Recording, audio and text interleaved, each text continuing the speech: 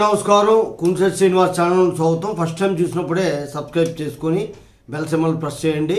మనం లా మీద చాలా వీడియోలు పెట్టాం, 2000 పైగా వీడియోలు ఉంటాయి. అందులో మనం ఈరోజు సామాజికంగా జరిగేటువంటి కొన్ని సంఘటనలు కూడా మీకు తెలియజేయాలి. అత్తని కోడలు చంపి అది ప్రమాదకరంగా చిత్రీకరించడానికి ప్రయత్నం చేసింది. ఏం మాట్లాడుతున్నావురా? నరాలు కట్ అయిపోయింది. ఒక ఇంట్లో ప్రమాదం జరిగింది, ఫైర్ అవుతుంది అని పోలీస్ స్టేషన్కి ఫోన్ వచ్చింది. ఎక్కడ అంటే విశాఖపట్నంలో సిటీలో పెందుర్తిలోని అప్పన్నపాలెం అనేటువంటి ఒక ప్రాంతంలో ఒక గ్రేటెడ్ కమ్యూనిటీ అన్నమాట.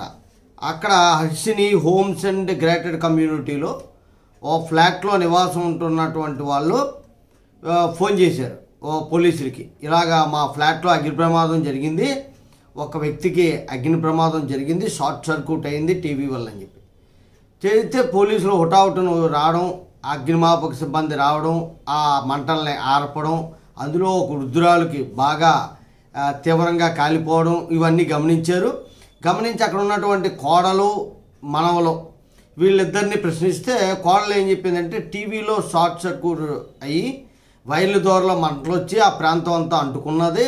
అప్పుడు మా అత్త కాలిపోయింది, మేము కేకలేసాను, కోళ్ళాలు వచ్చి ప్రమాదం రక్షించడానికి చూశారు కానీ రక్షించలేకపోయాం, మీ పోలీసులు వచ్చేటప్పటికి అలాగే ఈ ఫైర్ సిబ్బంది వస్తేప్పటికి కాలిపోయారని చెప్పడం జరిగింది. ఇది విషయం అన్నమాట. ఈ విషయాన్ని పోలీసులు అంత తేలిగ్గా తీసుకోరు కదా. వెంటనే విచారణ ప్రారంభించినప్పుడు అక్కడ టీవీ వైర్లు కాలి దాని ద్వారా టీవీ షార్ట్ సర్క్యూట్ అయ్యి దాని ద్వారా మంటలేమో మిగతా ప్రాంతానికి వ్యాపించింది అని చెప్పి కదా. దాన్ని చూస్తే టీవీ కానీ వైర్లు కానీ షార్ట్ సర్క్యూట్ అయితే వాళ్ళకి తెలుస్తుంది. అది జరిగినట్టుగా ఎక్కడా సరిగ్గా ఆనవాళ్ళు కనబడలేదు. అప్పుడు అనుమానం వచ్చి ఏం చేశారంటే ఎవరైతే చెప్పారో ఈ కథ ఆ కోడల్ని విచారించడం అనేది జరిగింది. అప్పుడు ఆ కోడలు ఏం చేసింది అంటే తన సెల్ ఫోన్ ఉంటుంది కదా, సెల్ ఫోన్ని చూశారు.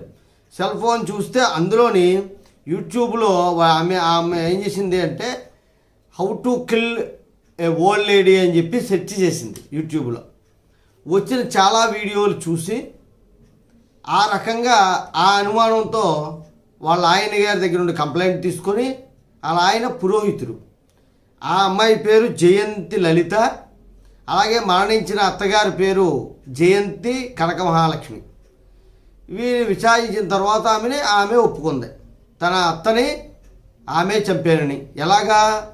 దొంగ పోలీసులాగా నాటకం ఆడుతూ దొంగ పోలీసు ఆట ఆడుకుందాం అని చెప్పి పిల్లలకి వాళ్ళకి అంతా కూడా కళ్ళకి గంటలు కట్టి వాళ్ళ అత్తని అక్కడ కుర్చీలో కూర్చోబెట్టి కాళ్ళు చేతులు కట్టి నువ్వు దొంగవే నీ కాళ్ళు చేతులు కట్టేస్తున్నావు అని చెప్పి పిల్లలతో కట్టించి తరువాత ఆమె ఈ మధ్యలోనే అంటే ముందే ఆమె ఏం చేసింది, యూట్యూబ్లో సెర్చ్ చేసినప్పుడే 100 రూపాయలతో పెట్రోల్ కొని తెచ్చి ఒక దగ్గర దాచుంచి ఎప్పుడైతే ఇలా జరిగిందో ఆ పెట్రోల్ పోసి తగలబెట్టేసింది టీవీ పక్కన, టీవీని అత్తగారిని.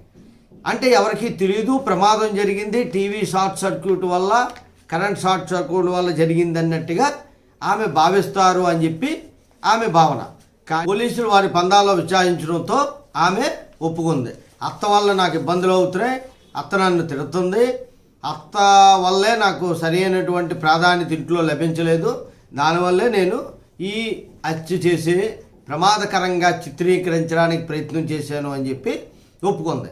అంటే ఏ స్థాయిలో హత్యను చేయడమే కాకుండా దాన్ని ప్రమాదకరమైనటువంటి మరణంగా చిత్రీకరించడంలో ఒక స్త్రీ ఒంటరిగా ఆ పిల్లల్ని దగ్గర పెట్టుకొని మరి చేయగలిగింది అంటే మనస్తత్వాలు ఏ రకంగా మారిపోతున్నాయి రోజు రోజుకన్నది మనం తెలుసుకోవాలి.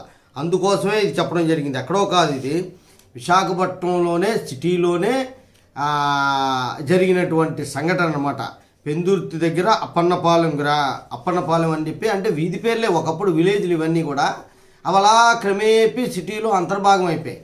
అది అప్పన్నపాలెం అన్నా సరే పోల్చుకోలేము, అదంతా పెందుర్తి అంటారు. లోకల్గా ఉన్న వాళ్ళకే కొద్దిగా అవగాహన ఉంటుంది. అక్కడ హర్షిని హోమ్స్ అండ్ గ్రేటెడ్ కమ్యూనిటీలో నివాసం ఉంటూ ఫ్లాట్లో ఉంటున్నారు వీళ్ళు.